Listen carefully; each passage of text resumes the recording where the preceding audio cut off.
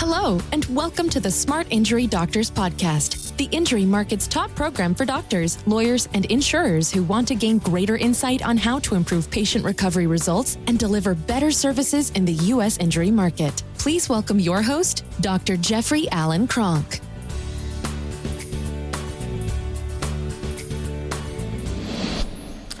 Hey, today what I want to talk about is targets and commitment. Targets and commitment. So, a lot of doctors in the market have, they'll come into a Spinal Kinetics or to a Smart Injury Doctors program, my program, and they'll have commitment and they have all good intentions of, hey, I want to see 10 new injury patients a month, or I want to see 20 new injury patients a month. And so they'll have a target.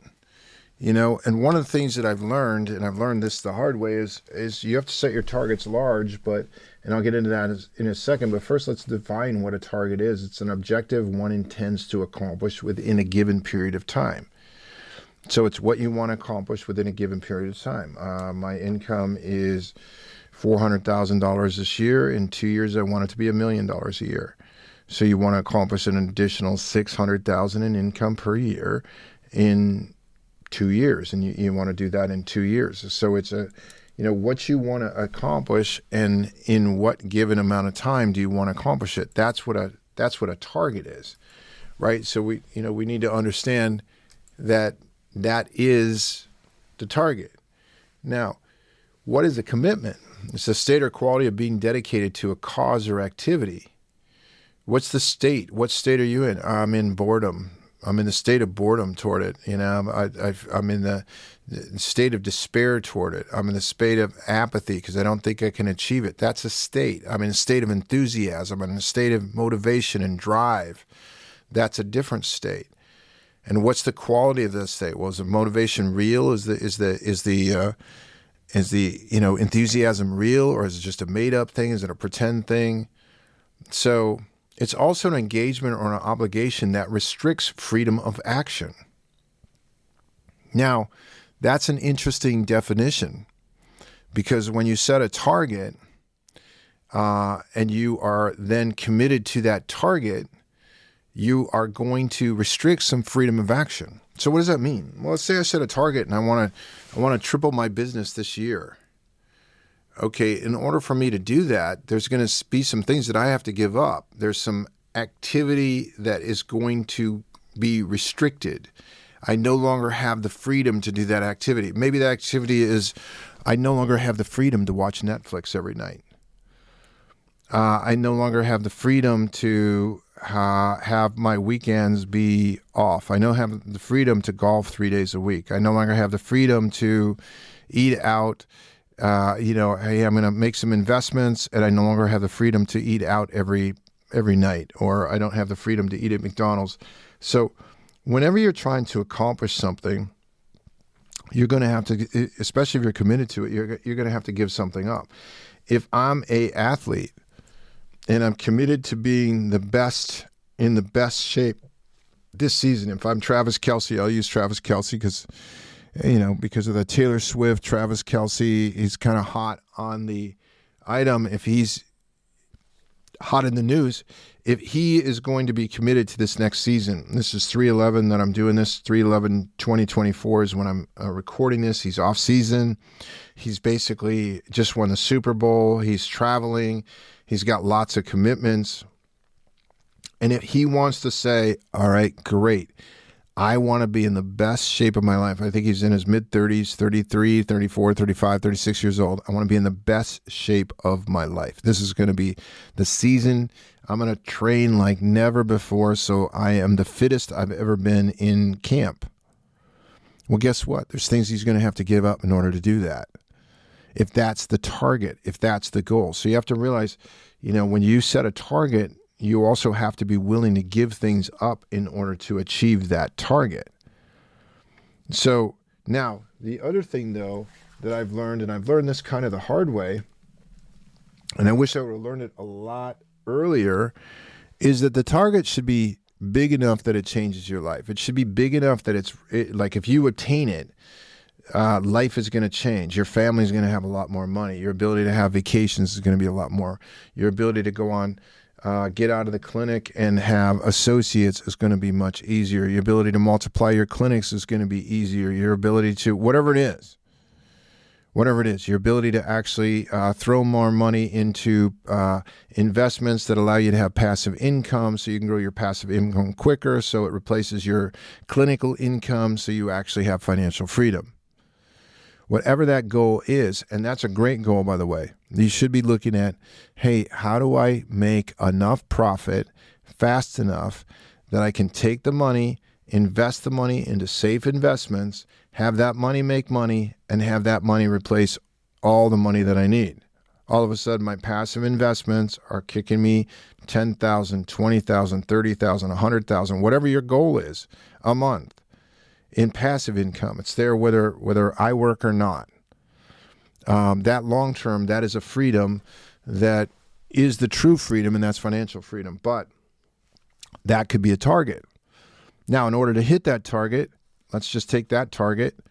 You might have to say, well, what the hell? I really don't need a new car every year. I don't need the newest, greatest car. I don't need the newest, greatest gadgets. I don't need to have everything updated. I don't have to have solar and I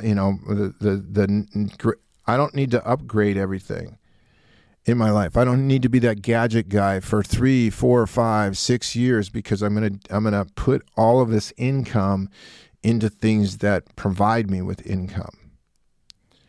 And so, and I have to live on maybe I'm living on 40% of what I earn, or 20% or 30% of what I earn, and I'm putting the rest into my in investments. And if I want $4,000 a month to live on, I have to make $10,000 in income after tax, and I'm taking everything else and I'm pushing it out into my investment strategies that are paying me passive income.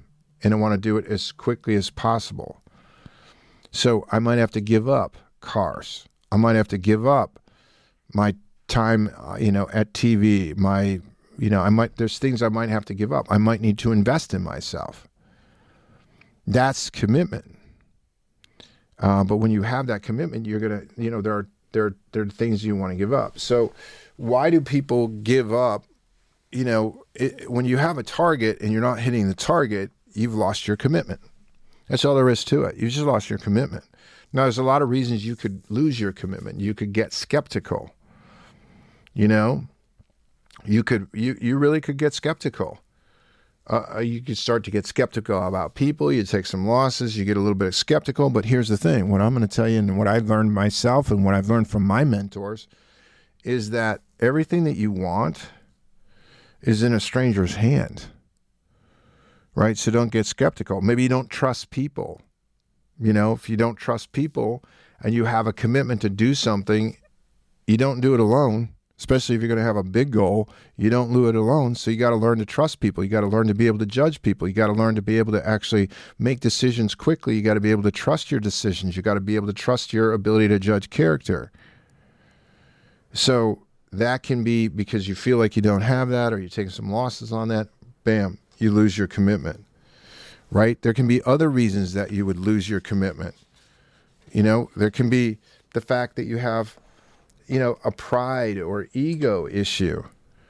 And where that gets to is you take a look. Let's say, I see this with a lot of providers, and myself included. I spent this way for years.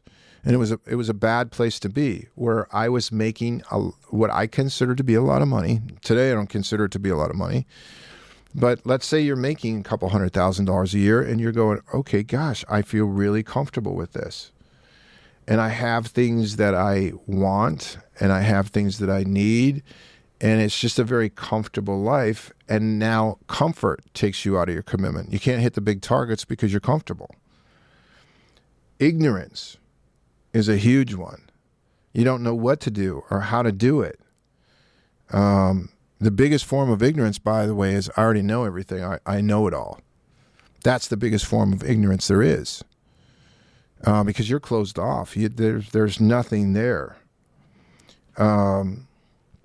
Hey, your commitment to your target may be, hey, I want to go from, I made $500,000 in my clinic, and now I want to go from 500,000 to 2 million, or I want to go from 500,000 to 3 million, and you won't invest.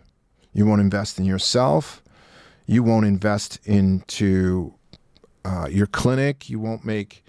You take a look at it and say, "Hey, I can't go in debt.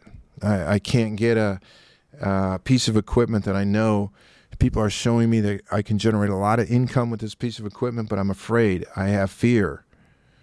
I'm afraid I won't be able to pull it off." Okay, now you've lost commitment yourself and your own ability. But it's a commitment issue and it's also a target issue because you've taken yourself off the target. You got to keep your eye on the target.